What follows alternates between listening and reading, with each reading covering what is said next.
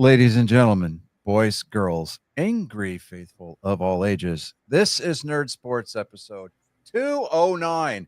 I promise we're not going to be a two pump chump like David was last week and bring you 23 minutes of just flailing content. We are here to bring you quality. We're here to, again, make you privy. And without further ado, David, take it over for the weird sport of the week. Listen, it may have been 23 minutes, but it was a fantastic, mind blowing, earth shattering 23 minutes. It's only because that's the longest David has ever lasted. It's true. And it's because I was there to coach him. Weird sport. Teaching him the finer points of short portion. Work on his short game.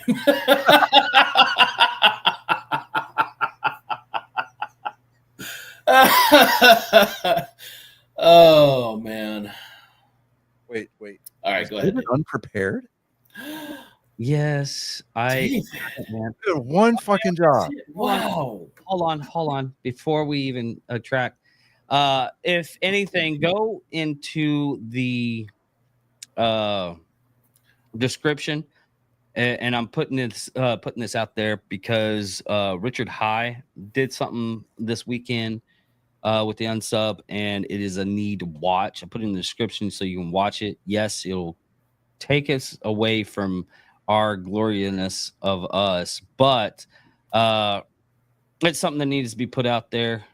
What he did and what he's upset about, and it's all about the Richard High Angry Cops, and it was something stupid on the Buffalo District school system,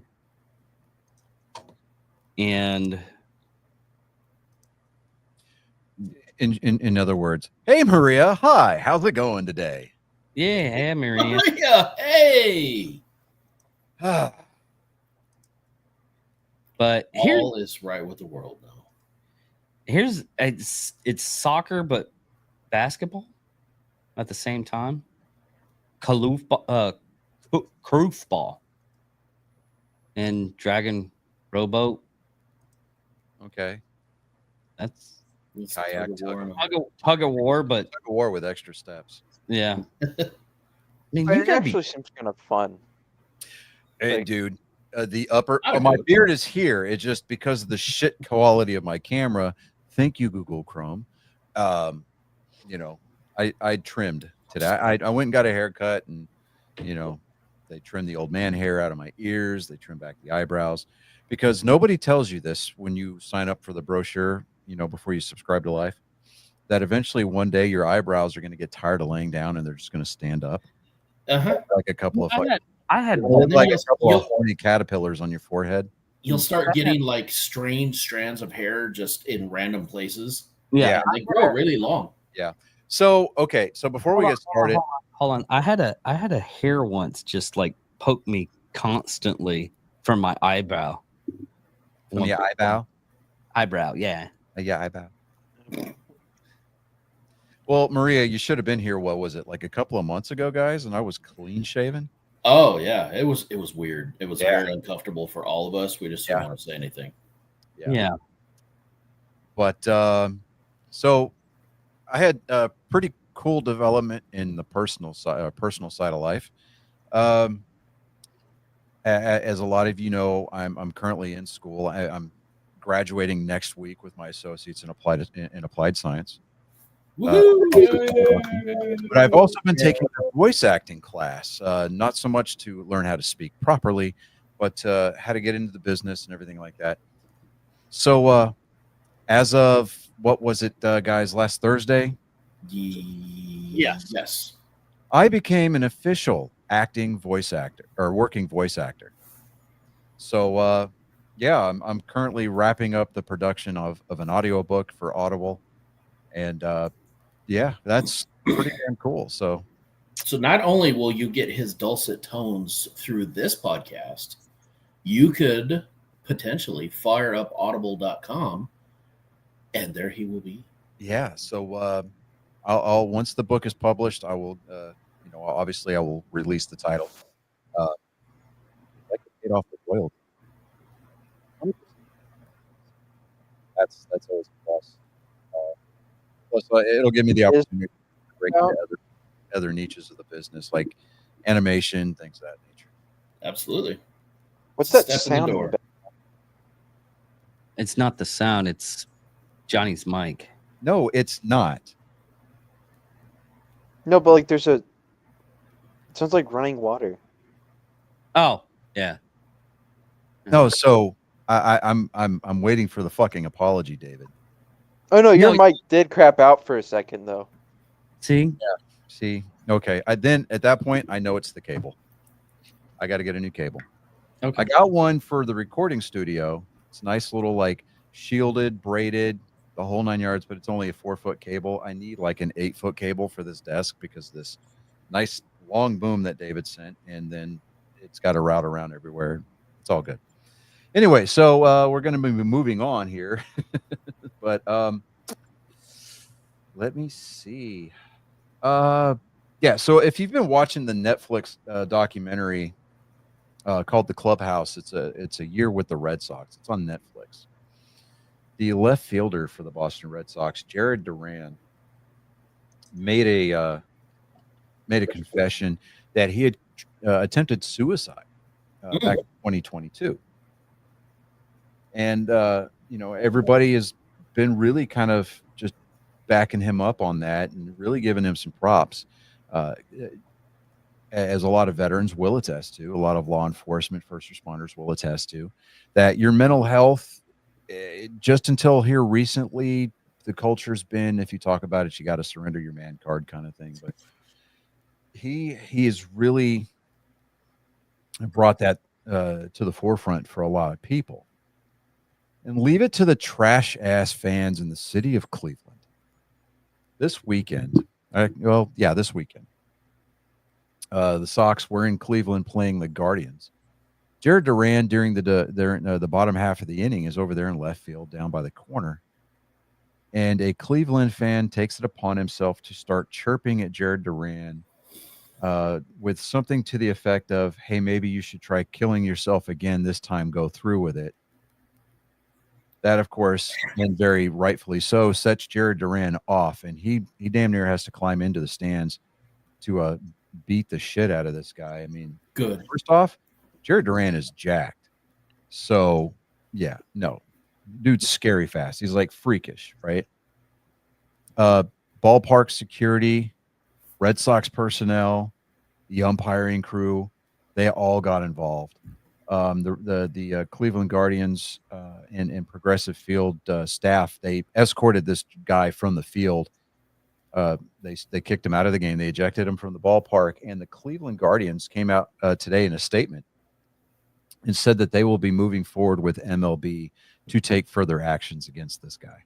Permaban. So permaban. I mean, drop the hammer on this guy. Absolutely. I mean, he should be banned from every ballpark in America. Yes. That includes the minor leagues. Fully support that. Because you want to run your fucking mouth. I mean, people don't realize these days that when you open your mouth and you run that cocksucker, there are consequences for your actions. Mm-hmm. A lot of people have forgotten about that because they have venues like Twitter. They've got venues like Facebook where they're hiding behind a screen with a degree of anonymity that provides them some kind of like safety bubble.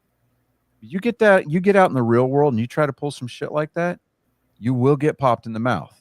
And this guy is damn lucky that that ballpark security and the Red Sox were there to keep Jared Duran from climbing in the stands and spiking him in the face. Yeah. Because this guy, this kid, he has fought back from depression, anxiety, and he's really tried to reinvent his self-image, his self-worth. And there's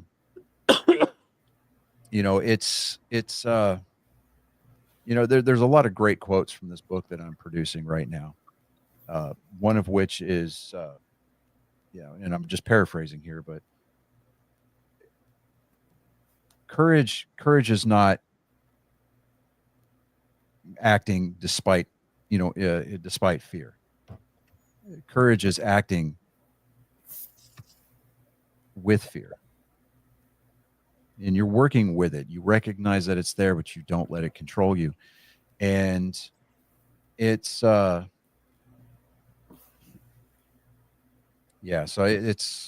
it was a dick move by this guy, by this fan. I say fan with quotation marks, but bravo.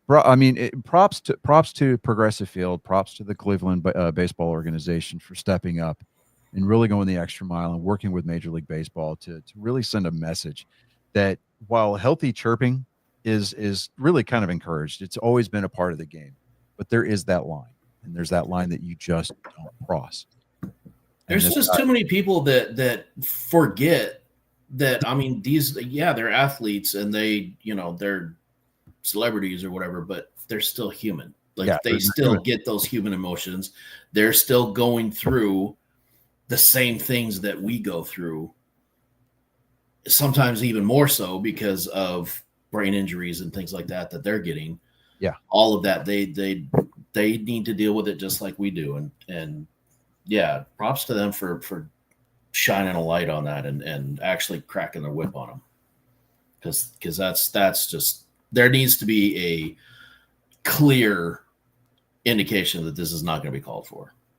Yeah. So, I mean, I'm not condoned, I should say. Yeah, it's not condoned. But I am happy that the individual is going to be dealt with on a whole other level as far as baseball is concerned. Moving forward, Jared Duran, I mean, the dude later, I mean, like the next day, or it was the day before, he hit a triple this weekend and then stole home. This guy rounded the bases in less than a minute. Jesus. Like from out of the box, from the batter's box, yeah, to third base where he ended his triple, just over 10 seconds. Jeez. So it's 90 feet from home to first, and an additional 90 feet to second, and an additional 90 feet to third. And then with a left-handed batter in the batter's box, stole home. I'm like that alone is ballsy enough.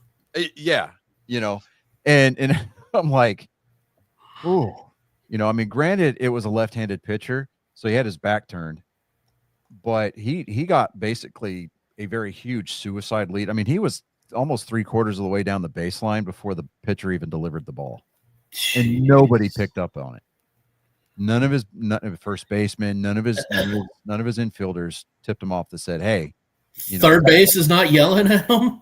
No, I'm just like, what happened there? How do you drop the ball that badly that you're letting your guy on your base get that far out without any indication? Well, just remember though, it's Cleveland. Well, this is true. So, but yeah. Yeah, they're Cleveland though. They're not the A's. Like, come on. I mean, even the A's, despite the fact that a lot of players for the A's are like, man, we really don't want to play in Sacramento. So a lot of Sacramento residents have not been showing up to that minor league ballpark. And I'm like, okay. But despite that, the A's have really been they've really been kind of, I don't know, showing up a little bit, because as of right now, they're playing 500 baseball. Yeah. And it's probably because they don't have the same stench that the old they're playing pissed off. That's what it is. Well, yeah, the players are pissed off because they feel like the organization as a whole just kind of gets a bad rap, and rightfully so, because the owners for the longest time were just junk. Yeah. And I mean, the owner is still kind of a subpar human being, but these guys, they're tired of being treated like the laughing stock of Major League Baseball. Mm-hmm. And I really think that it's time that we start recognizing who the laughing stock of Major League Baseball is. And you would think that it would be the 7-21 Chicago White Sox. Nay, it's the 4-23 Colorado Rockies. So yeah, I'm like, oh boy. So Um, not that you need any reminding, Chris, but your Rangers are one game back. I saw that they dropped to the Mariners. Yeah. They've had like a four game slump, I think, so far. Yeah. They've been a little bit of a slump, and they're playing the A's tonight too. We're still technically in the month of April, so I mean, the season's not even 20 days. I mean, the season's barely a month old. Oh yeah, I'm not ready to pull any panic cords or anything like that. Yeah. But, I mean, it's just like okay, so the Red Sox win opening day, then they drop the next 4, and then they get a little streaky. Right now, they're 2 games back from the Yankees. Right. I mean, they're 2 games above 500, and I'm like, all right, cool. It was nice to see a good. They had a decent start out the gate. Well, what I thought was hilarious was the fact that, earlier in the month when the first nationally televised game on Sunday Night Baseball on ESPN, the Red Sox absolutely went the fuck off. They hung 19 runs. So we were 1 game back. I'd love to see it. Or they were they've won 2 games in a row, so they dropped the first game in Cleveland for the series, so that's why they're 2 games back. But yeah, they Red Sox don't play again until tomorrow. They're up in Toronto. The aforementioned Rangers, they're live against the Athletics, so they're actually playing at home right now. So I don't know. We'll see. And I love how the fact that I was playing MLB 25, the show, and you play the Athletics. And there's just like on MLB.com, there's no city to that team at all. And I'm just like, huh. So, I'm doing Road to the Show, and I mean, we just won the pennant, so I'm fixing to play the World Series, but we're sitting there playing the A's in their ballpark, and it was one of the 4 or 5 generically designed minor league ballparks that the game uses. So it's just like, that's hilarious. Okay. But I know David's just chomping at the bit here, but the NFL draft occurred this weekend. It did, and everybody, if did something happen? I don't know. Was there somebody that wasn't picked? Cam Ward from Brazoria County, just down the road, literally 20 minutes down the road from my house, from West Columbia, Texas. He got drafted number 1 overall. He was the 9th Texas high school football player to be drafted number 1 overall. I don't know about him. Oh no, he's going to be a bust. Yeah, well, okay. Here's the thing. It's going to be less of a bust than somebody else, though. Well, when he was playing in 2014 Pop-Tart Bowl, playing just the first half, Ward withdrew himself for 3 touchdowns, setting the career combine FCS 71 and FBS 87. Well, it wasn't 2014; it was last year. 2020. Here's the thing. When you declare for the draft, as a collegiate athlete, you are not required, and I disagree with this rule, but you are not required to participate in any postseason appearances that your school is involved in. And the reason for that is, here's the thing. He was playing the game, but on the second half of the game, he just walks off. Okay, well, maybe he didn't feel the need to set that record because he understood that there was really nothing for him to gain short of a really cool trophy. Or a potentially career-ending injury. Yeah, I mean, or he could have hurt himself. So, unfortunately, the way that collegiate athletes, with them getting paid, according to NIL rules nowadays, a lot of kids make more money playing college ball than they would in the pros. And when they declare, when they declare for the draft, they're not required to play in those games. And if they do, you might be lucky to get a half out of them. And that's a lot of it is, because they're trying to protect their draft stock. Now the Titans, when they picked him up, number one, first pick, they traded up to get him, but they're not naming him the starter because they still have Will Levi as their starter right now. So expect some kind of a quarterback competition going into OTAs and training camp during the preseason. Cam Ward, yeah, we'll see him play in the NFL this coming season.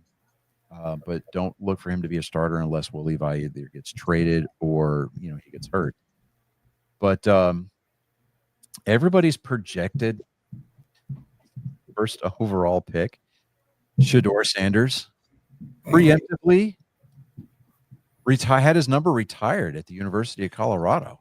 Nobody will ever wear the number 2 again, even though he only wore it for 2 years. That tells you the level of his ego right there. Oh, it tells you the level of his dad's convoluted thinking.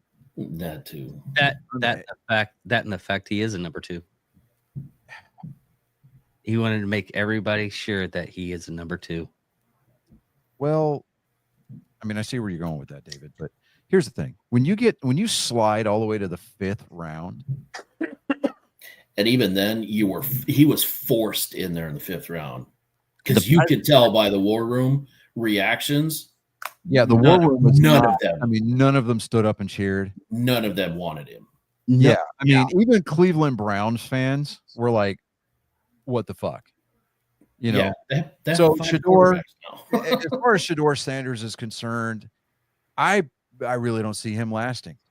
Did you if he got drafted by, I don't know, like the New Orleans Saints, and if you know, but he had more of a chance there.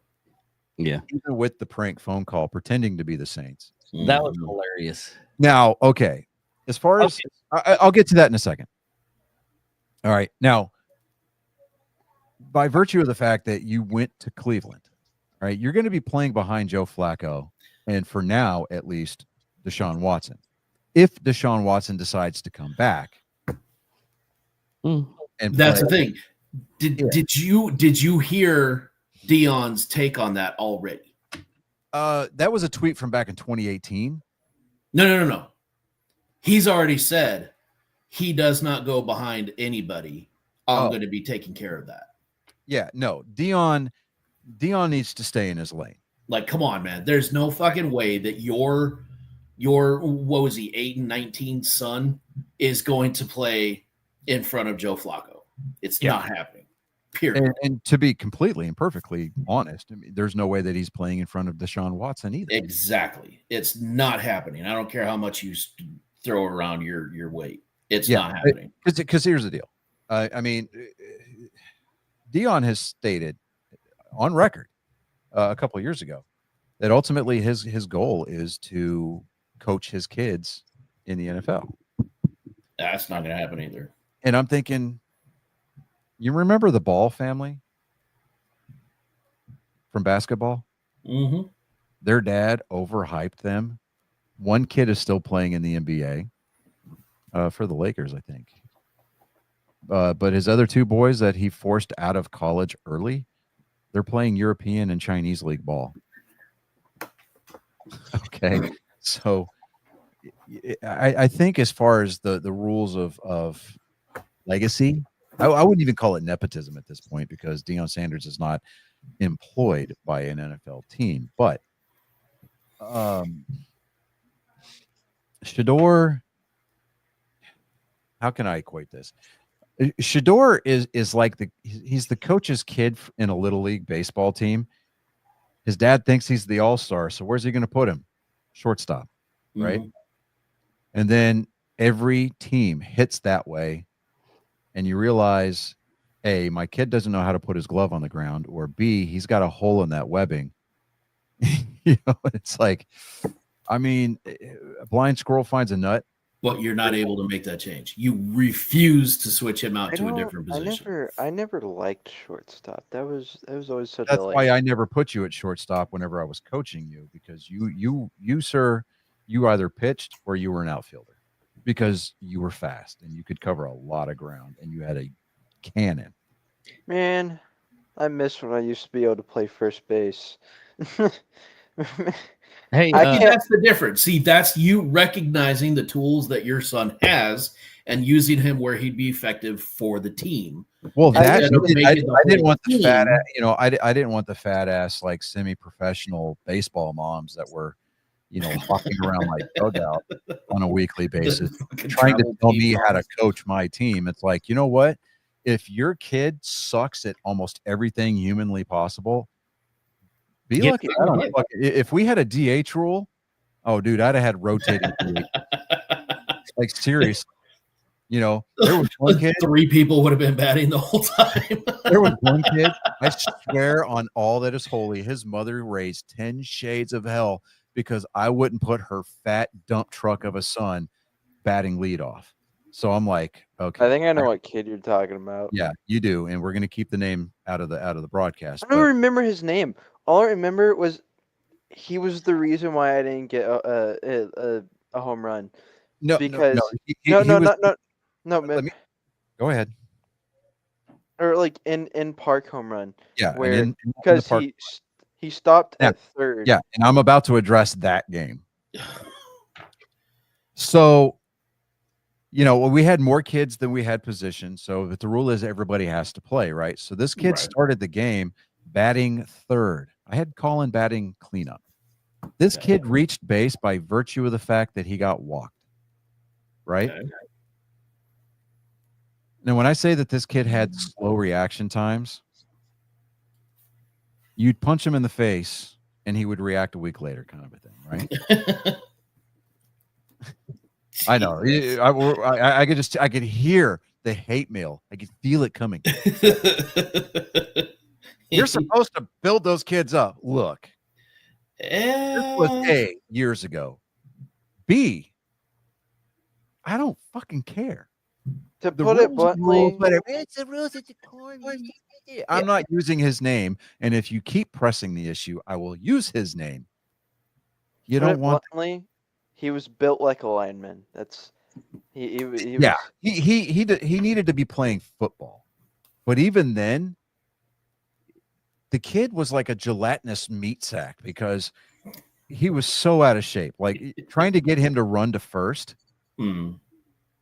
I mean, it would register on the Richter scale. He ran that heavy footed, right? Oh God. So he gets on base, and Colin comes up to bat, and Colin, when he would barrel up a ball, I mean, he damn near hit one out on a foul, on a foul. But then he damn near hit one out on the following pitch, right? But this particular game, Colin hit this frozen rope line drive, split the gap on the outfielders, right? And I mean, they were playing shallow for whatever reason. I have no idea. Proper scouting would have told you, hey, this kid, he's got some pop, right? That's right. And so, Colin splits the gap, ball rolls all the way to the fence, and it just sits there. These kids are like chasing after it, and the two outfielders can't decide who's going to pick it up. And I am running. My assistant coach, I'm telling him, wave these kids through. The kid in front of Colin, Colin had to go back to first base. no, I had to go back to second.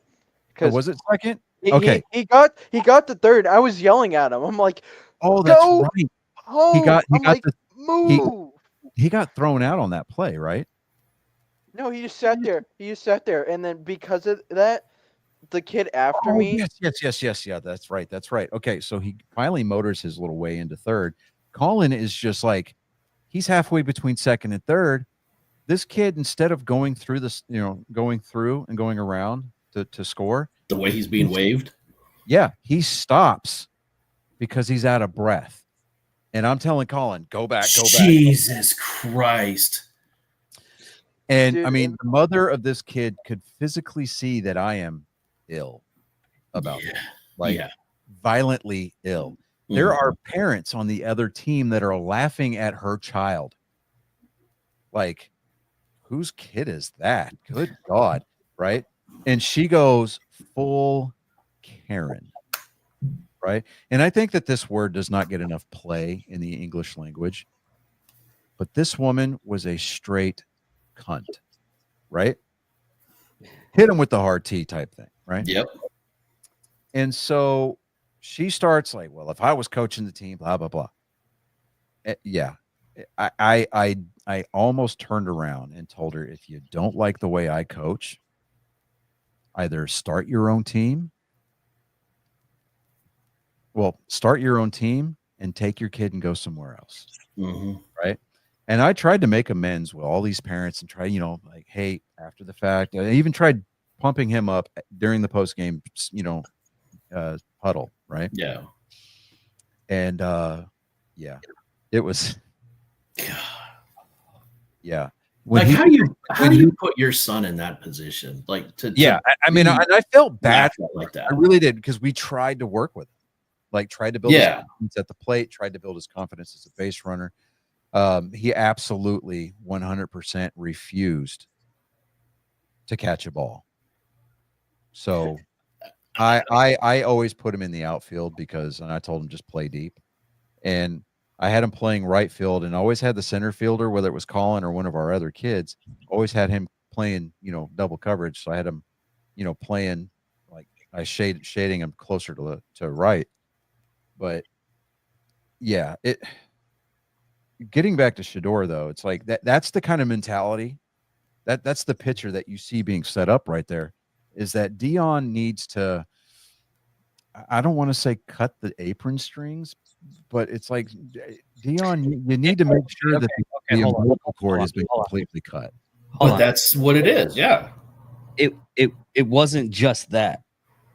It was the basic fact that when he went into the interviews, he had his headphones on, he had music going, he had his whole entourage going with him. He had all this stuff. He was a diva. He wore so much cologne, they had to tell him, hey, let's go for a walk, because he was afraid, the GM was afraid he was going to pass out.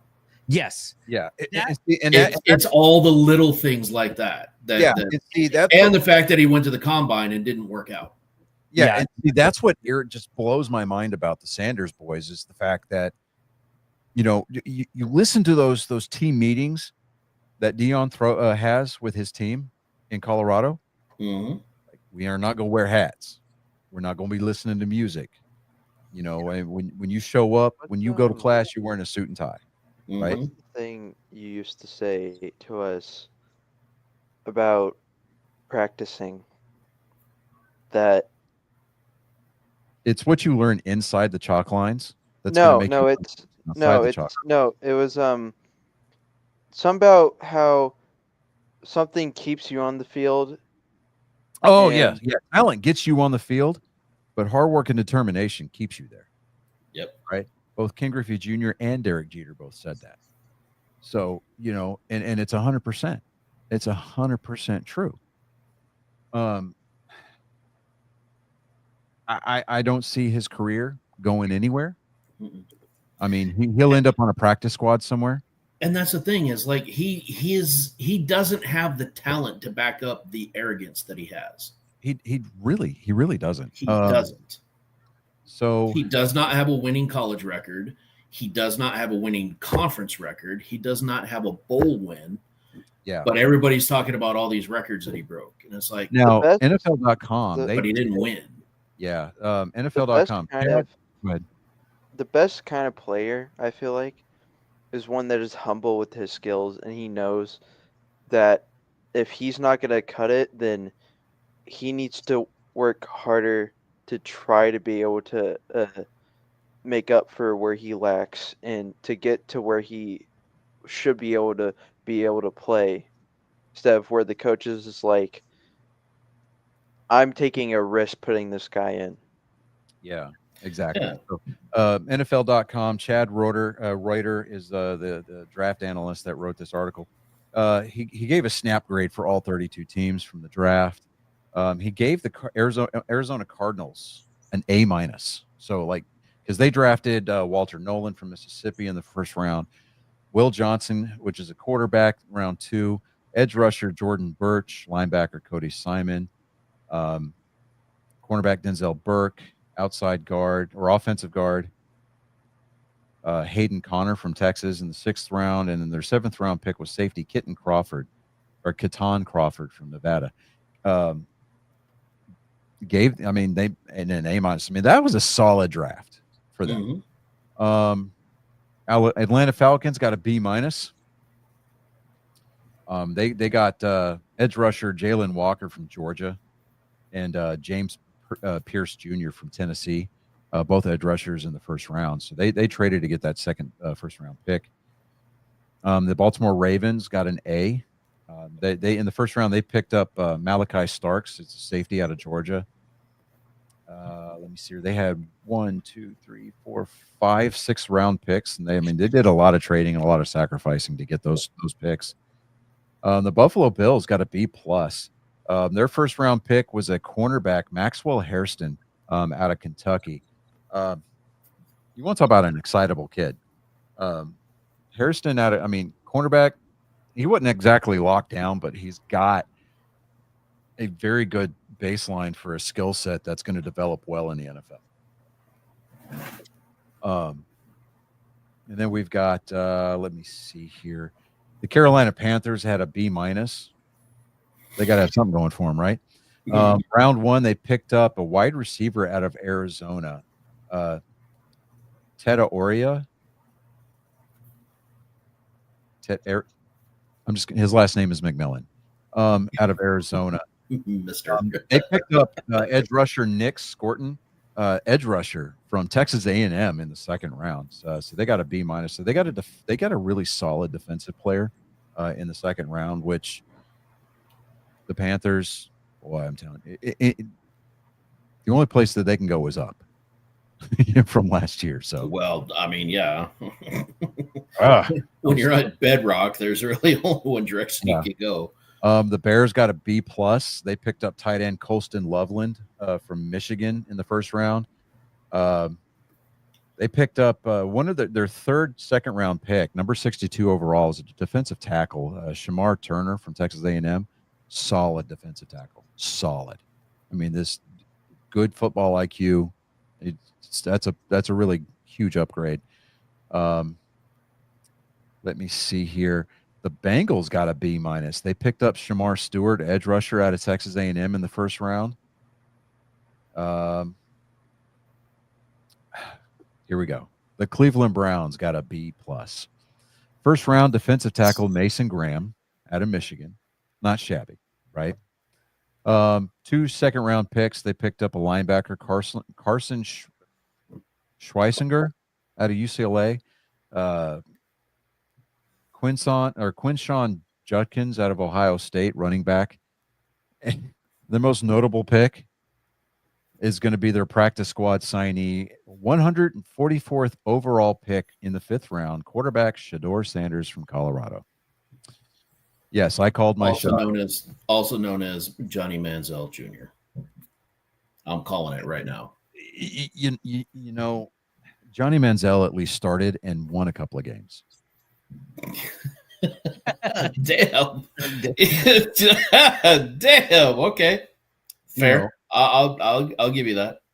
You're given the opportunity.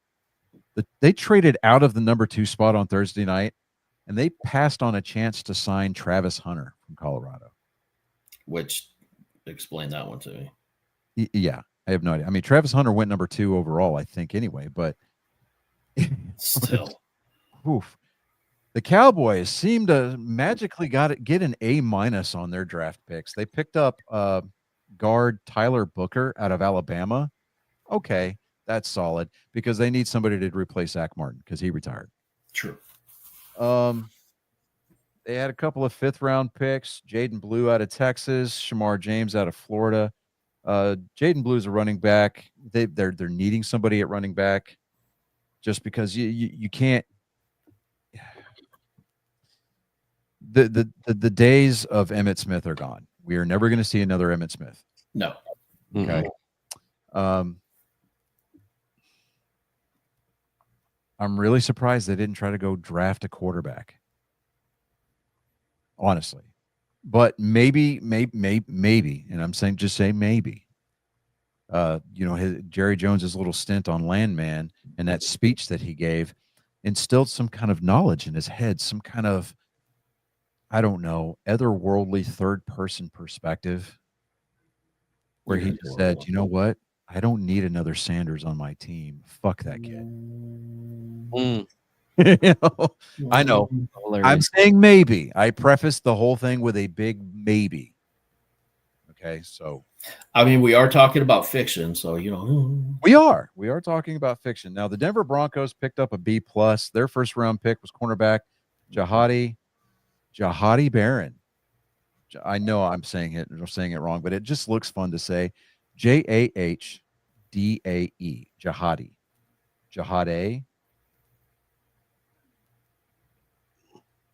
Aloha Snack Bar Barron out of Texas.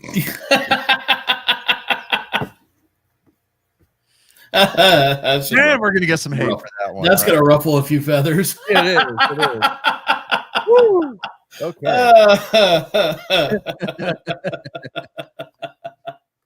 They picked up a punter though, Jeremy Crawshaw out of Florida, in the 6th round, 216th overall.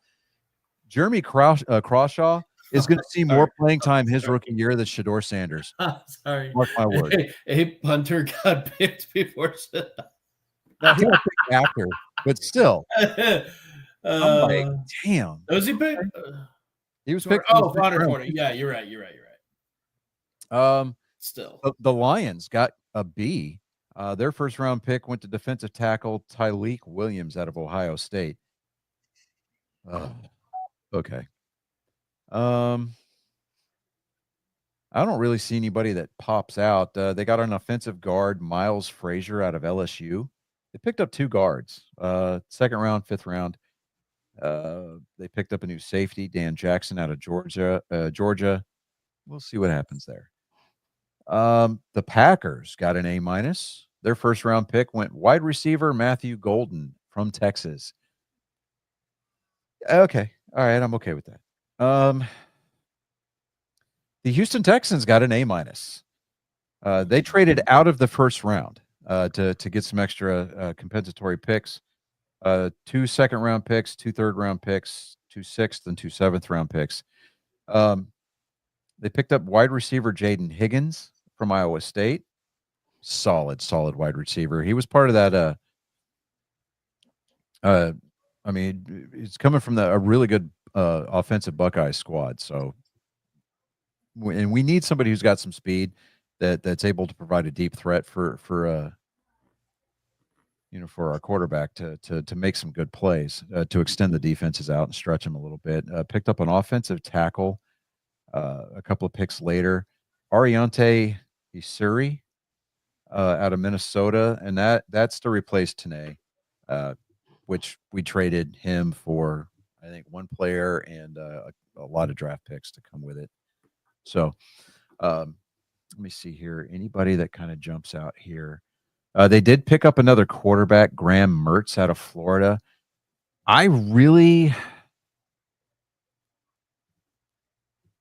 It'd be interesting to see how he fits in on the depth chart if he makes it that far in, towards the end of camp anyway. But I don't know. Like I said, they gave the Texans an A-. We'll see what happens. I have opted to not get season tickets this year, just simply due to the fact that I don't know what my work schedule is going to look like. And I'm thinking, okay, I know tickets, if they win the division again and they go deeper in the playoffs, the season tickets are going to be more expensive next year, but I'll take that chance because I'll be making more. But I can think of a better way to spend $1,200 right now. So, and that's for 2 seats. Up in the 600 level, but if you've ever been to NRG, there's really not a bad seat there. So, the Colts got an A. Their first round pick went to tight end Tyler Warren out of Penn State. They picked up a defensive tackle in the 6th round from Alabama, Tim Smith. So I'm okay with that one. Yeah, that's pretty good. The Jacksonville Jaguars got an A-. First round, number 2 overall, Travis Hunter. He's a wide receiver / cornerback. If you watched the video that was out there, Travis Hunter trying on a Jags helmet for the first time, I mean, he looked like a kid who received a present on Christmas morning and didn't quite know what to do with it. Like, it was clumsy for him. You know, he's fitting that big forehead of his and that, you know, in that NFL helmet for the first time. And I'm just like, whoo, okay, all right. So that's what we're doing. Right. Yeah. That's what we're doing. Okay. But look for him to use his rookie season as kind of a statement as to why he should have gotten the Heisman last year. Because I mean, despite the fact that he was in Colorado, I mean, far and away, he was probably the best statistical player in the country last year. But hey, good for the Jaguars though. I mean, got an A minus. The Chiefs an A minus. Season right there. Yeah, Chiefs picked up an offensive tackle from Ohio State in their first round pick. The Las Vegas Raiders. They got an A. They picked up a running back, Ashton Genty from Boise State. That sounds like a white dude. You're right. Yeah, it's like the whitest name, right? Outside of Benedict Cumberbatch. What was his position? He's a running back. Oh, okay. A white guy as a running back? Is that even allowed? They better check with the Christian McCaffrey might argue with you on that one, Chris. No, he's a black guy. I'm just saying the name sounds white. So you know, before anybody starts flagging our videos for racial profiling and bullying, how about A, go get fucked and stay fucked, and B, we verify our facts, and we're just making the comment that hey, the name sounds white, for crying out loud. Good. I still like what Shane Gillis said. Go buy it. He said I'm at the age that I was probably the last year when I seen a wide receiver. I mean, hey, last year a white cornerback was making gangbuster moves. But was he a wide receiver? Or no, he was a cornerback, and he had an interception in the Super Bowl. No, he was playing for the Eagles. That's right. So there's a white cornerback playing for the Eagles. Won the Super Bowl last year. So, yeah, okay. See, kids, your dreams do come true. Yeah, your dreams do come true. The Chargers, the Los Angeles Chargers, got an A minus. Their first round picked up running back Omarion Hampton out of North Carolina, wide receiver Trey Harris from Mississippi in the second round. Yeah, okay, we're gonna move on. The Los Angeles Rams, the team that they really built the stadium for, got a B plus. They didn't pick in the first round. They traded down, but they got round 2 pick, number 46 overall, tight end Terrence Ferguson out of Oregon. Okay. Yeah, all right. Nothing really stands out there. The Dolphins got a B plus. Defensive tackle Kenneth Grant out of Michigan went in the first round for Miami. I hope he likes spending his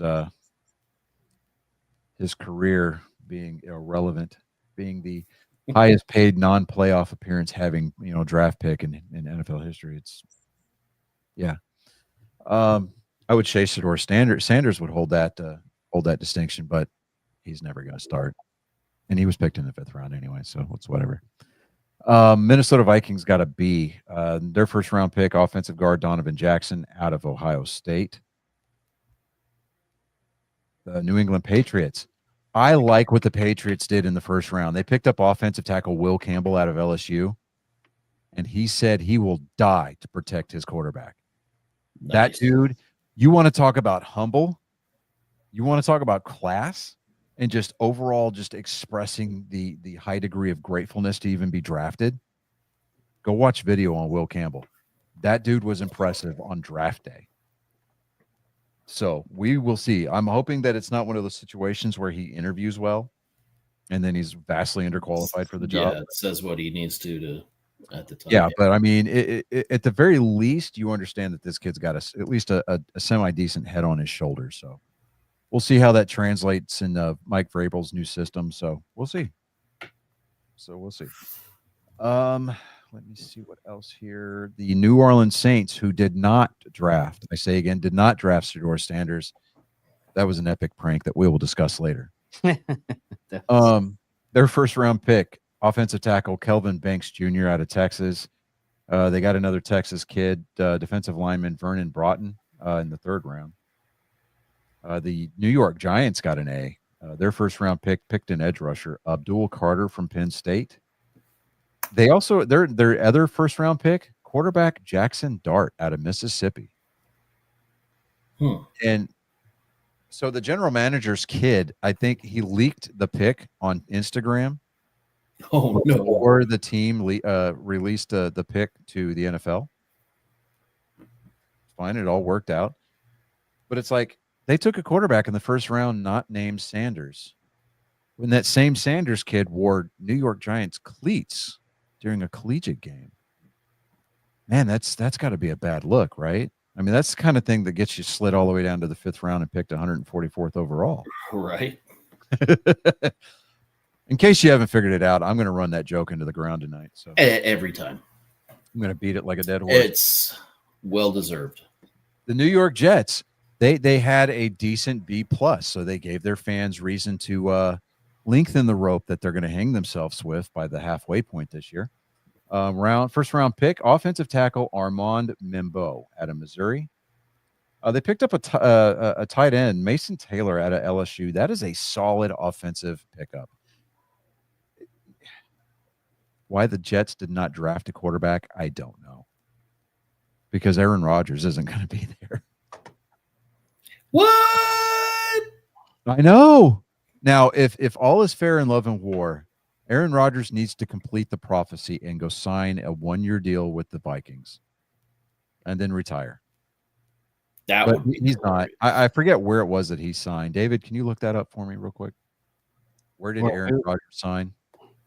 The Philadelphia Eagles, your defending Super Bowl champion Philadelphia Eagles, picked up an A-.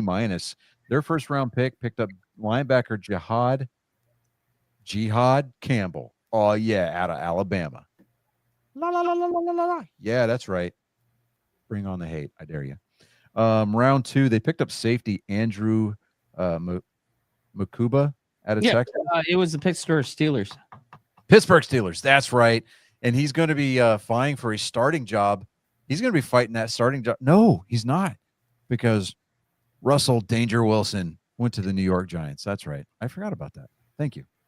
All right. So the prophecy did not come to fruition. So the second coming of Brett Favre will be delayed slightly because the third temple has not been built yet. Thanks, Minnesota. Speaking of the Pittsburgh Steelers, they got an A. And this is awkward. This is really awkward. First round, they picked up a defensive tackle, Derek Harmon out of Oregon. And all the way down into the 6th round, 185th overall, they picked a quarterback by the name of Will Howard out of Ohio State. So, Will Howard, congratulations on your new starting job, because you know that Aaron Rodgers is going to blow his Achilles again. It only happens early and often. It only happens what, David? It only happens once. Well, twice. He'll blow his other Achilles. How about that? Not at that age. Or it's either that, or he'll spend too much time in his dark root cellar sweat room during this off season. He'll come out and be like, "I know kung fu." No, he won't. I don't know that reference.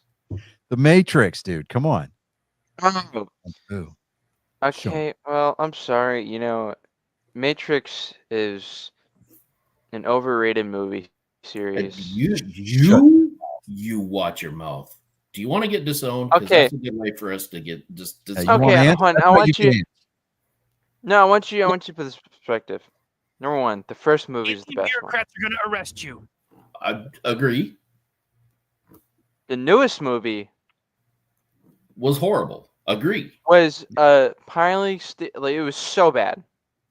The whole thing about the newest movie was movies with Neil Patrick Harris in them are trash. Yeah. All right. And when the Wachowski brothers decided to become the Wachowski sisters, you knew that it was going to be a woke fest. So you're not going to get any arguments about the last movie.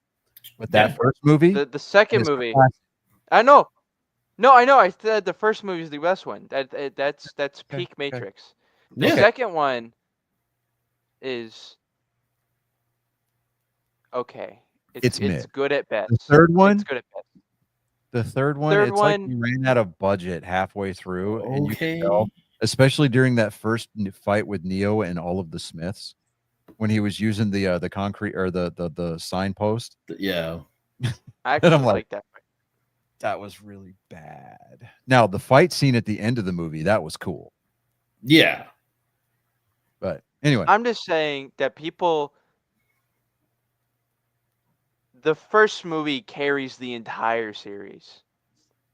So as a series, it's overhyped. okay, not going to argue with you there. All right, so the San Francisco 49ers got a B+ on this year's draft. Their first round pick, number 11 overall, edge rusher Mikael Williams out of Georgia. Yeah, that's okay. I don't really care about the 49ers, but there we are. The Seattle Seahawks got an A-. They picked up offensive guard Grace Zabel out of North Dakota State. For whatever reason, my brain defaulted, and I almost said Blue Mountain State. I mean, The coach went down. He needs 2 core coolers. Lucky guy. Okay. Tampa Bay Buccaneers picked up a B+, their first round pick, wide receiver Emeka Egbuka out of Ohio State. Yeah.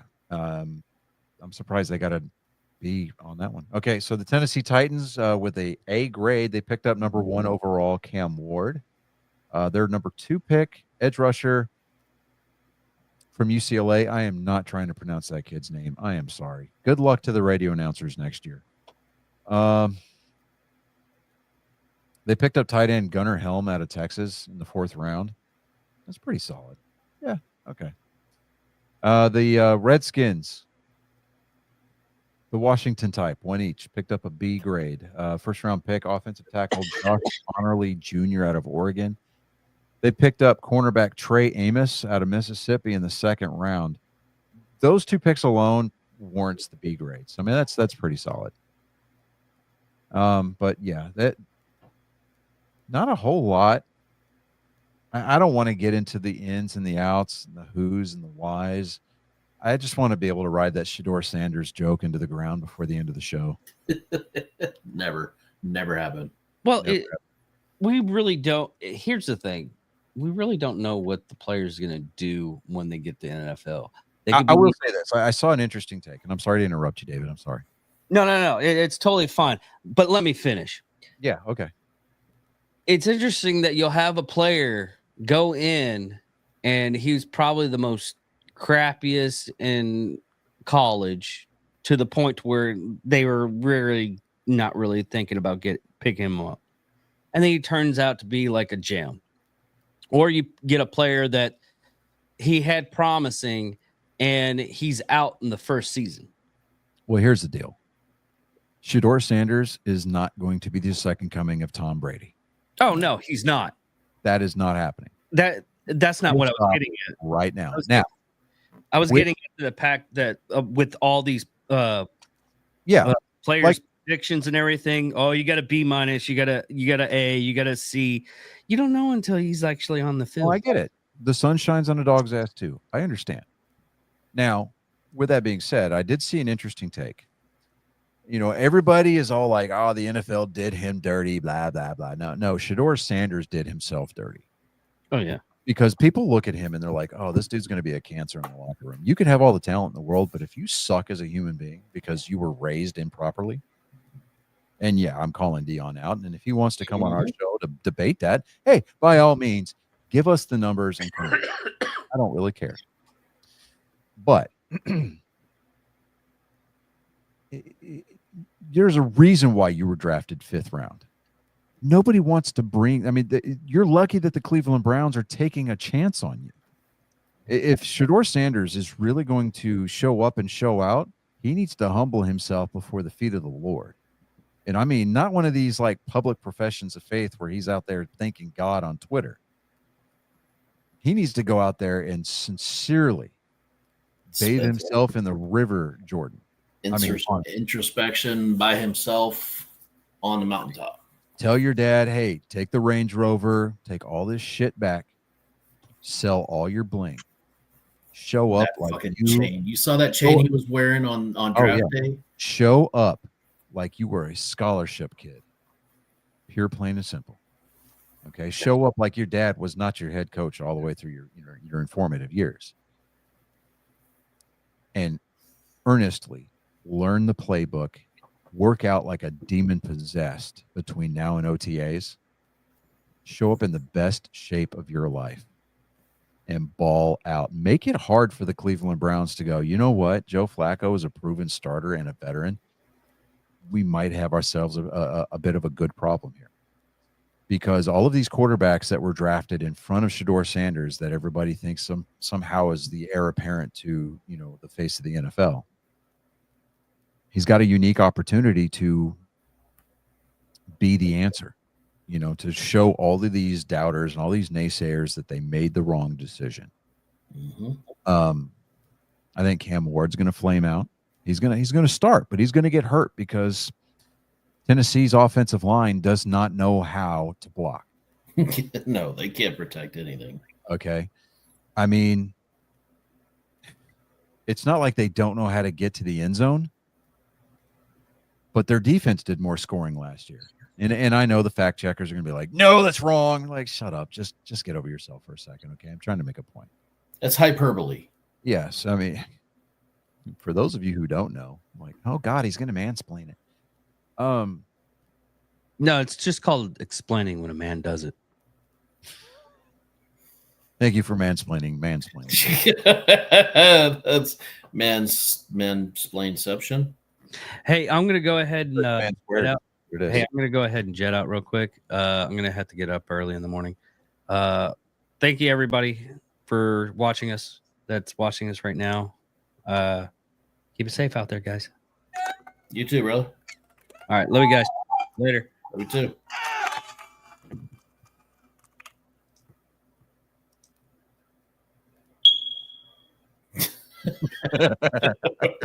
we had to hit one for the road.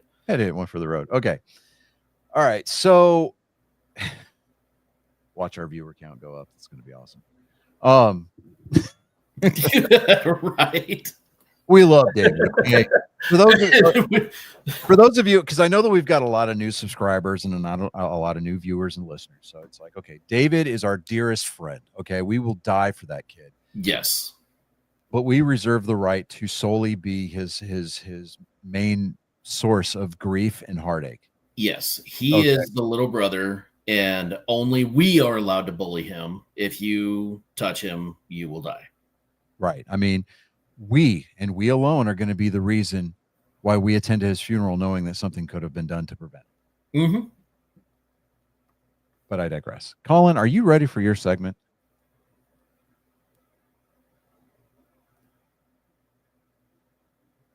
Yeah.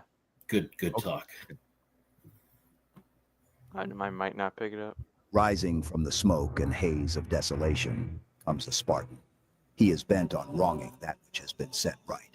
It's the greatest genetic code ever to exist here for your ears and eyes to feast upon. Spartan Colin, I hope you're bringing the smoke tonight.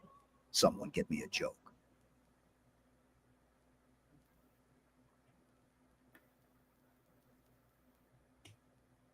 Oh, I'm going to get in the joke. That tracks for tonight. Yep. That's part for the good. That is absolutely on brand for us as a whole. Yeah. Why was the bikini invented? Separate the milk from the dairy. I said the milk, the meat from the dairy. Yeah.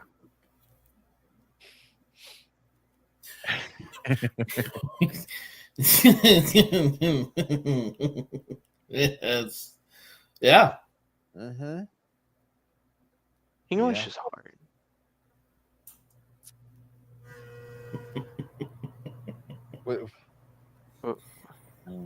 What's the difference between a piece of wood and a woman? The sound they make when they're getting nailed. Oh God. Oh, that one's gonna get somebody in trouble. Oh, wow. I sent you one earlier this week, Colin, or I sent you one on Tuesday. You did? You Mhm. did? Your text messages.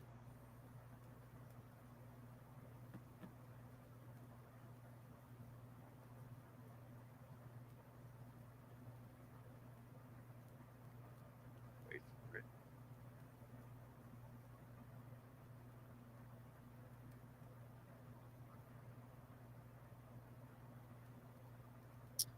You see, because we really hate dead air, I'm gonna have to. Fill in.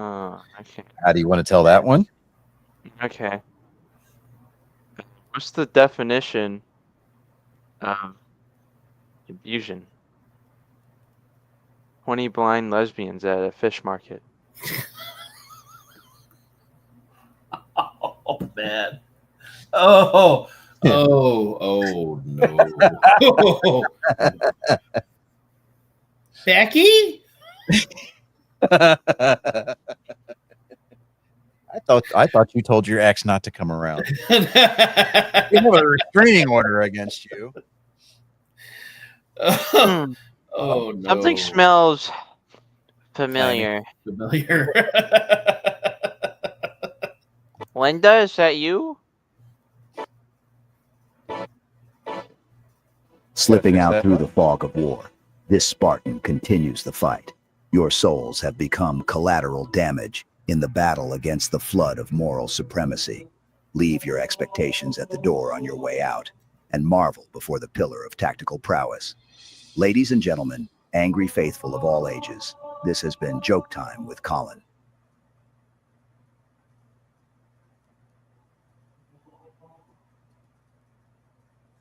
Solid out. One day, Solid. one day we're gonna get copyrighted. Hey, One day. don't put that evil on us, Ricky. Hey, right? Don't you do that? So you cannot speak it into Don't give that any kind of energy. You're right. I can't Wile E. Coyote it. You're right. you will speak that to truth, and we're not going to do that. Hey, Well, look, it's called Wile E. Coyote syndrome. You know. either a coyote is under that heavy rock or the paintbrush hasn't dried yet on the wall. Okay, just kind of saying. All right, so Talladega occurred this weekend. Pretty solid. Not going to get into it too much. Austin Cindric driving the number 2 car for Penske picked up the win. It's his 3rd career victory overall. I didn't like the way that race ended. And it wasn't because that Larson or Byron didn't win. They finished 3rd and 4th respectively. But Not bad. the 2 Penske cars that were up front, they held the 2 lines. They basically affected the outcome of the race. Let me try to phrase this so it doesn't come off sounding like a butthurt Hendrick fan or one of these black helicopter NASCAR guys, but it looked awfully suspicious, right? It's like they're holding their lines back. I mean, they're making their cars as wide as possible, which they've got every right to do. But when a teammates finish 1-2 like that at a super speedway race, it just kind of seems like, I mean, they were dragging their brakes and keeping, staying tucked up, and I mean, they were doing everything that they were supposed to be doing to protect their position. But the further back you go, it looked off. Yeah, it's still a bad look. Yeah, but it is what it is. So Texas Motor Speedway is going to be the epicenter of racing next weekend. It is going to be hosting all 3 major touring series. It's going to have the Craftsman trucks on Friday. It's going to have the Xfinity Series on Saturday. And the Cup Series guys will be at Texas Motor Speedway on Sunday, May 4th. That is going to be a 2:30 start time. I'm actually going to be... It's a shame we couldn't go to that and just spend that whole weekend. Yeah. I'm actually going to be in Fort Worth this weekend. My oldest stepson, Jake, his grandfather passed away a week and a half ago. His remains are going to be interred in the Fort Worth area. So they're having a family service this weekend. So we're going to be up there for that. That's all going to be on Saturday. But, and I'm like, okay, you know how I am, right? Mm-hmm. Like anything to detract from the moroseness of a situation, right? So I proposed this idea to the family. I said, hey, after the service, we're already going to be in the Fort Worth area. Let's hop over to Texas Motor Speedway, hit the Midway. We're not going to get tickets to go see the race because we're not staying that long. Right.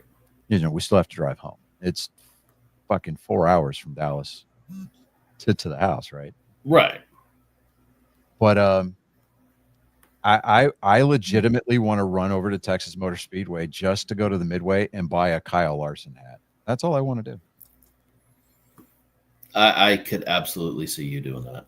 And by God, I want to do that. I hope you get the chance. I do. I mean, What else comes out this weekend? enlighten the party. Thunderbolts. Oh yeah, that's right. Thunderbolt. And I plan on seeing it because So you're gonna break with tradition and you're gonna go see it on your own. dude, All you have to do is say is yes. I can wait. I can No, wait. if the opportunity presents itself, I mean, I'm gonna wait. I have already seen the post-credit scene. What? Yeah, I've already seen the post-credit scene. Why ruin it for yourself? It's not like I went looking for it. TikTok, blame it. Yeah, but just Or more or less, scroll. more specifically, blame the person that posted the video. Is it going to be worth staying for? I believe Yeah, so. I, dude, this movie, I just can't get excited for this one. I don't know Why? And again, now I'll preface that by saying I don't know if it's a burnout on just going to the theater in general, or if it's a burnout on Marvel movies because Okay, Well, okay, you but were like, really but like, shitty. but yes, Hold on. no, Time out. but Time no, out. Time out. I, Time out for a second. Maria, 4 hours, so cute. I understand that you drive way more. You've got more windshield time than everybody on this panel combined so far this year. However, 4 hours with kids in the car that A, have to take Dramamine because they don't travel well. B, have to stop every, I don't know, hour because they've got bladders the size of squirrels. And we're not talking like a fat cat squirrel. No. We're talking about one of those cracked out, hammy type, over the hedge Steve Carell squirrels. Yeah. So there's that. Like me, 4 hours, not a problem. I could do that standing on my head. Not a big deal. But we're going to be leaving a funeral service. I'm going to be dragging my family across the Dallas-Fort Worth area or the Metroplex to go to the racetrack just to pick up a hat. Mm-hmm. Just Worth to pick up a hat. Worth it. And if it's during the race, I'm going to be like, oh, I want to hear, Oh, it's not just. I just want to smell the exhaust, right? I want to hear the revving of the engines. I want to hear that. I want to wear my new Kyle Larson cap all the way home. Yeah. And then I'm going to have to listen to people complain because, when are we going to get home? I don't want to be in the car anymore. How about you shut up before I strap you to the roof?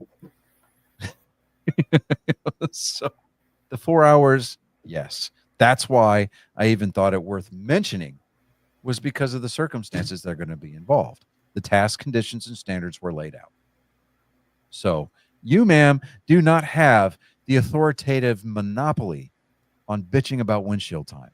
I'm sorry. That's not the way the real world works. At least not here. Our reality right here within this time block, you've dedicated yourself to listening to.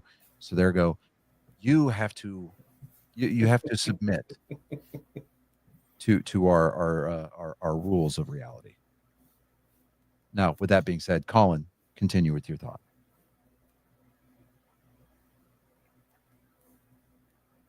Number one, this movie looks so good. They're you know, it's like, and I'm so excited for these next two lineup of Marvel movies because you're just gonna be on the edge of your seat the entire time, wondering how are they gonna, what are they gonna do to deal with this threat? Because with the Thunderbolts, they're going against Sentry, or more accurately, the Void. You know, the guy where in the comics, his power is described as the power of 1,000,000 exploding suns. And with But it's Marvel, so they'll find all a way to these, screw it up. and I'm on board with you, Colin. no, but they I won't. really-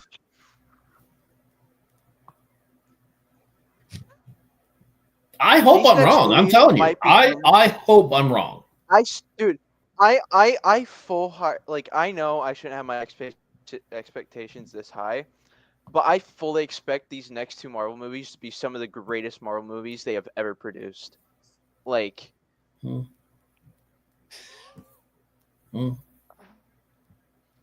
yeah. I don't. I mean, I want to see Thunderbolts, but I'm telling you, I'm not trying to jump ship, but I am genuinely more excited for the new Superman. I can't even. I'm drum up any more excitement for that excited. either. I am excited for that See, movie. that's why I'm saying I honestly think it's more about me not having the desire to go to a theater to watch movies anymore. I just don't. No, okay. I honestly think Okay, that's a okay. large part of this. Take that factor out. Take that factor out. Think about watching the movie on your couch. Maybe, possibly. If I'm gonna and finish the there's NASCAR. nothing else to do, I'm going to finish the NASCAR segment real quick. So just hold on. Oh my gosh. Okay.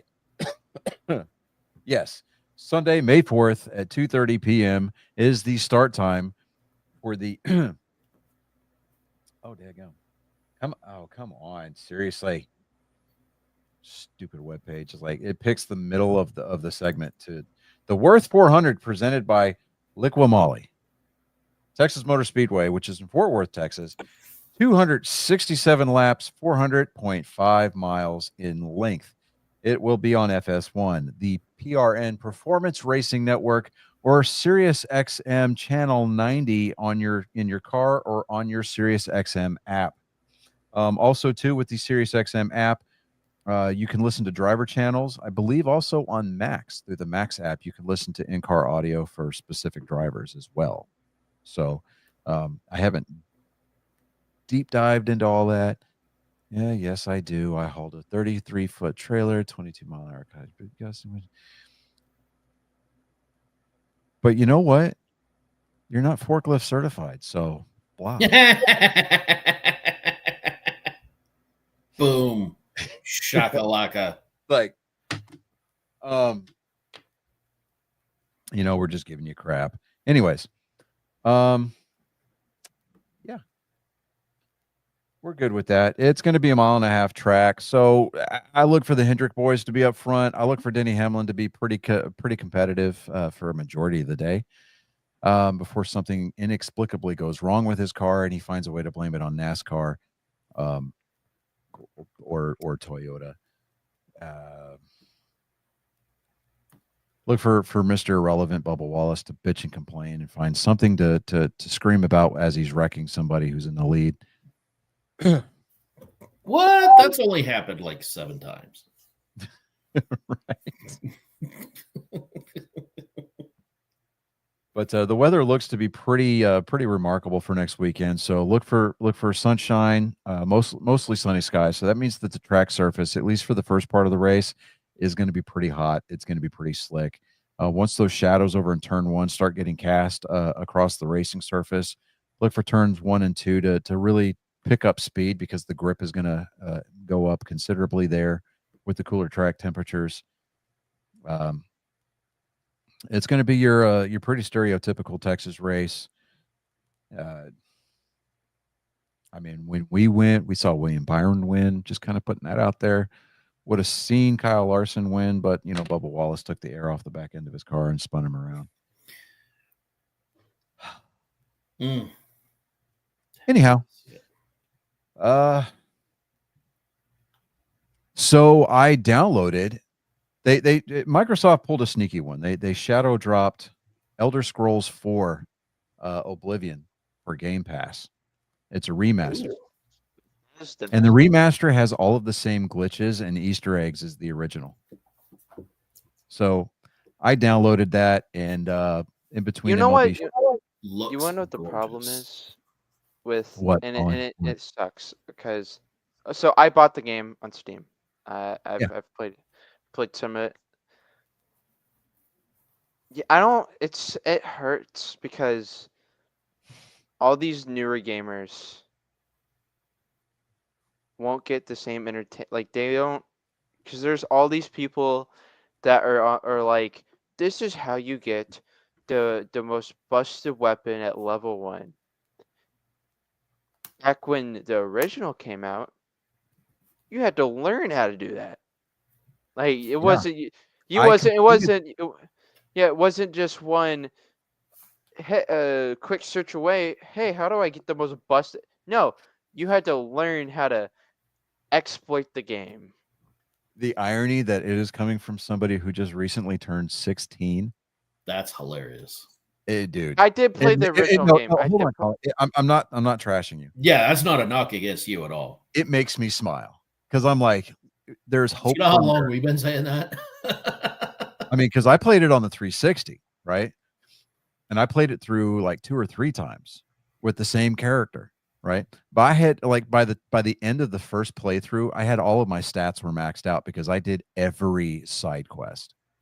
I've Just put it added this way: lore to when my I character. went through the Oblivion Gate and I went to go, beat the final boss, I did it without any armor and still didn't die. I've added more lore to my character, John Ogre. John Ogre. Okay. All right. Yeah. I've told you about John Ogre. Yes. Yes, you have. He started in Elden Ring, and it's just progressed. And it was really stupid. And I know you two aren't gonna have a single clue what I'm talking about, but I was playing Minecraft with the brothers, and they were like, "Is John Pork, John Ogre in disguise?" I'm like, "Sure." But you can't make a pig green. No, it's a mask. Yes. Okay. All right. I'm picking up what you're putting down. Yeah. Okay. Yeah. But I was like, I was going to have, because I started the game up, and I was gonna do the exploit where you go, like, you get out of the sewers, you go to the prison, you ask the guard to let you see a prisoner, and then you turn around, ask him again, and then you go and get your sneak to level 100 like automatically. Yeah. But I'm like, there was a one they could do for lockpicking too. Yeah, and I'm just like, my first playthrough. I deliberately chose not to do that. No, yeah, my first playthrough through Master, I'm like, I'm not gonna do that. No, I'll save that for a different run. Yeah. So I don't know. I'm trying to think here. It's Fantastic Four, the Fantastic Four movie. Yeah, was that so good. Hmm. Dude, okay, look, number one. Hold on. No, You'll wait, see number one. that. Go ahead. Pedro Pascal is going to be such a good Mr. Fantastic. And no, don't me. This Mm. guy. You know what I think this is funny about Pedro Pascal and all of his fans is the fact that a lot of these people are watching The Last of Us and they're all like, "Oh my god, he dies!" Like, did you not play the games? No, No, no, yeah, obviously not. it's always so funny seeing the like people that haven't played the games. Oh my God, spoilers! Yeah, it's You just know, like Game's only been out they're for like- 10 years. I It's saw just an like- interview he gave, and they were like, "Oh, have you ever seen a more tragic death than the gruesome death than the one Glenn did in the had in the Walking Dead?" And Pedro's just looking at him like, "I'm not supposed to say anything, but yeah, it's just like yeah. there's a chance I- that it might get outdone." And I'm I- just I like, ca- okay, number one, okay, I don't even watch the show. I don't. But it's come such a funny problem with the casting at this point. The person they have for Ellie looks no different than what she did in season 1. There's no age difference. I'm sorry. I stopped taking live action adaptations of video games seriously I after think Paramount the- made Master Chief take his helmet off in episode 1 of I the think that the person who's dubbing Abby in season 2 should be Ellie. She straight up looks like her. Okay. But Also, what was I gonna say? I don't know. I don't know. But Fantastic are- Four though. go ahead. Make it You quick. know, okay. This is going to be such an interesting movie because the question that is going to be asked is, what are they gonna do? Because they're fighting Galactus. The main thing that the theory is going around, and probably is the thing that's happening, is that Galactus is looking for Reed's and Sue's child, Frank Richards, who is a reality warping being in the comics. So, will they give up the child, or will they let the planet go bye-bye? I just love how everybody's just like, feigning that, that indignation because, oh, they gender swapped the Silver Surfer. Shut up. It's a storyline. Just let it go. No, it's know, an stop. actual. Ceasefire. Ceasefire. It's an actual different character. I know. I just literally said that. Mhm. Anyways, It made me so mad when people were we're like, coming up on 9:30 Central Time, folks. yeah. We've already given you triple the content that last week's episode gave you. You're welcome. I'm not holding you responsible at all. Would you look at who's not here? Wow. I mean, the producer can control the pace of the content. He just chose to cut out early because, well, I mean, he's not longevity and David don't usually get mentioned in the same paragraph, let alone the same sentence. True. It's kind of putting that out there.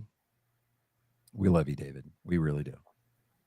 Anyhow, yeah, so episode 209. Next week, be ready for some more of the same bat time, same bat channel. I kind of like the later start time because it gives you an opportunity to get here, Chris. It really Get me in before the start. Yeah, and and we really have an opportunity to kind of make sure that everything's working correctly, and we're still able to manage to land the plane, I guess, in a more decent time, because it's a better pace. 'Cause Yeah. we're more mindful of the end. So, but Yeah, yeah, I think this is good. Oh, one real quick, and not to throw us off track too much, but did you see that brawl in the Stanley Cup game? There No. was a massive, huge. They had the refs involved. It was. I've seen at least 3 or 4 different angles of this fight on TikTok. If you get a chance, look it up and check it out. It was an old school slobber knocker. That was a huge. yeah. I don't know. It wasn't during the Stanley Cup. I'm sorry. I take that back. It was one of the. I want to say it was one of the playoff games. Yeah. It wasn't with the Stars. Well, the Tampa Bay Lightning just fell to the Florida Panthers. You know, and I can't stand Florida. I really can't. The Panthers anyway. But God, this is 2024, 2025, really. The year of the stupid idiotic trade, right? The Mavericks trade Luka. The Bruins trade Brad fucking Marchand. It's gonna go down in history. Like, I'm happy that Brad Marchand's gonna. I mean, they're up 3-1 in the first round, but I'm like, oh, okay. Let me see here. I'll have to look up the footage of it because where the two goalies got into it. Like, you know, one goalie comes over and he's throwing his stuff down, and the referees are like, "No, you got to go back." Right? That one. Yeah, I saw that one. Yeah, that was hilarious. Have y'all seen the stupid dilemma of 100 men versus one gorilla on the internet? No, but now that you've got my interest peaked, I'm going to have to wait until after the show because I'm trying to delicately land the plane. Like a pretty butterfly. Like a pretty butterfly. Yeah. Nice. Yeah. Nice. Unlike the Malaysia flight that keeps, disappearing over and over again. Dude.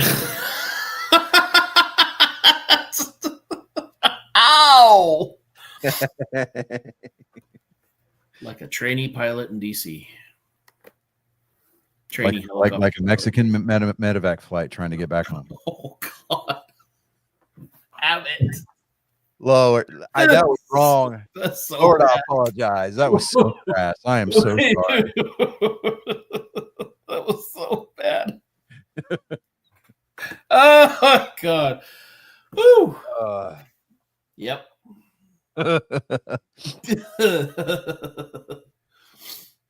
Oh, and you know those McDonald's workers across the street from the crash site were like, "Yeah, we're gonna get off early." Nope, the NTSB's over there getting coffee. You might as well just hang out, guy. Yep. Ooh, You're going nowhere. oh, I got 3 minutes with you. I got you for 3 minutes. 3 minutes of playtime.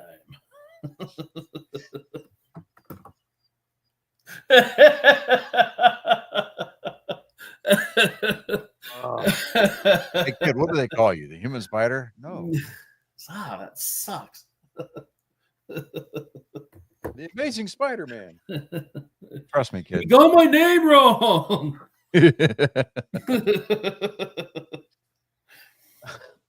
Oh man. Oh, but 209 episodes. Yeah. Mm. I'm not gonna have like the final thought like Jerry Springer's. Just sit down, keep your panties out of a bunch. It'll be okay, folks. But Oh, Maria. Good Lord. bring it in rough. We're not even gonna spit on it this time. She didn't say bring it in dry. Damn.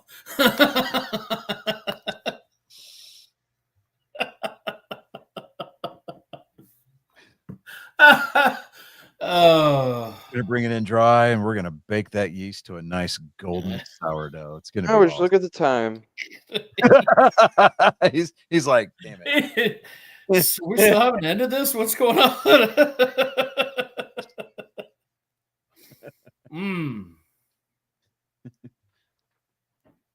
Anyways, go ahead. Continue. I'm sorry. You have become indentured. You are privy.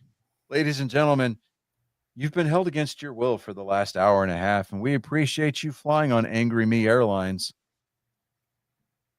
But we're going to get to the crash site roughly about 10 to 15 minutes before the response crews do. But in the immortal words of the great late lesbian pirate Bearded Clam, scissor me timbers. Arr.